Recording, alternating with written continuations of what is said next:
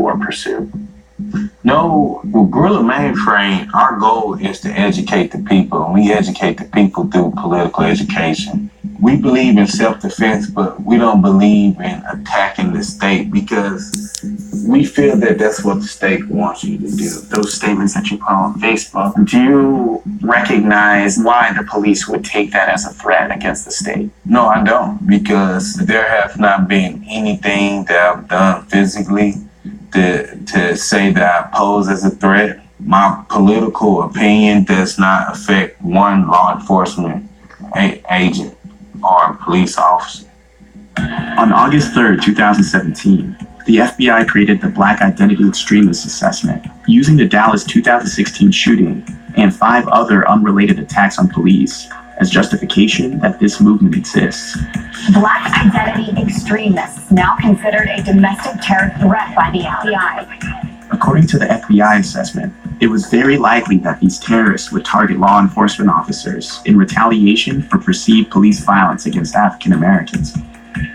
Due to the assessment classifying the group as a domestic terror organization, the FBI is able to justify any invasive surveillance tactics used in monitoring these targeted individuals.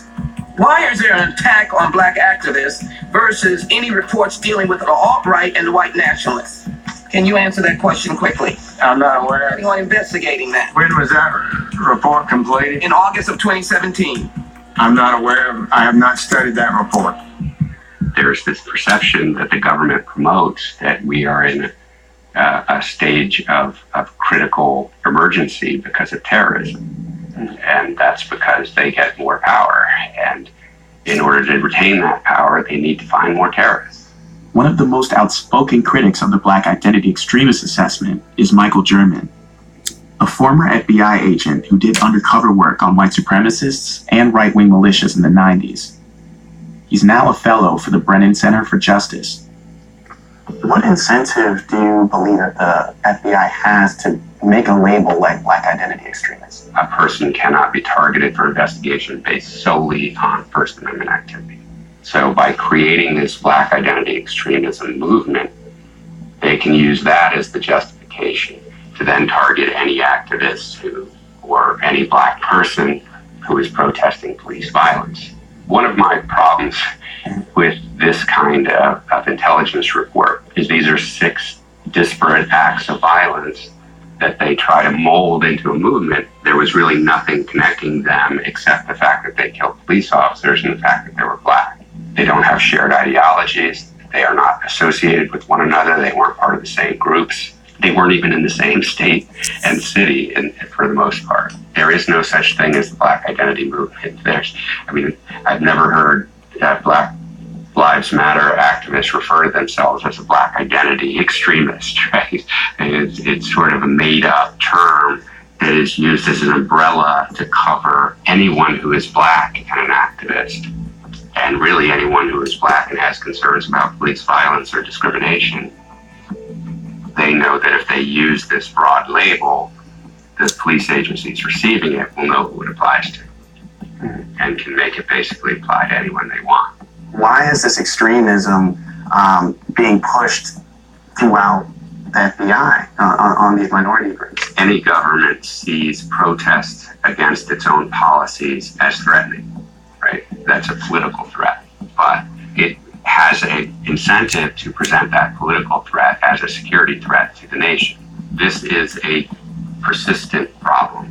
This is something that's happening now and has pretty much happened all along. Critics of the Black Identity Extremist label have drawn comparisons to COINTELPRO. COINTELPRO was a series of covert and at times illegal actions carried out by the FBI from 1956 to 1971.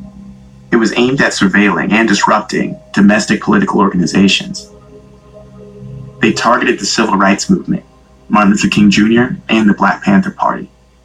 One day I was in the City of Minneapolis library, and I happened to be studying something on Malcolm X. And I noticed that there was always this man that was behind me. So I just jumped up and I started going in and out of the library, and he was trying to follow me, but, I was a little too fast for him. One day, the same man came by my apartment where I live and knocked on the door and said, Mr. Crenshaw, we would like to talk to, I would like to talk to you. And that's when I sort of realized that the FBI was targeting me and others. In December 1969, a COINTELPRO operation by the FBI broke into the headquarters of the Illinois chapter of the Black Panther Party. The arms raid culminated with the assassination of Fred Hampton, the group's deputy chairman. The FBI's tactics and subsequent cover-up were seen as proof that they tried to silence a prominent black leader. Fred Hampton was drugged by an informant and was assassinated. COINTELPRO is not over, it's just under a different name now. It's BIE. Well, these black identity extremists will be able to label. Coincidentally, Rakim even posted about the leaked assessment on his Facebook page on October 20th. Don't be surprised when the Homeland Security vans pull up.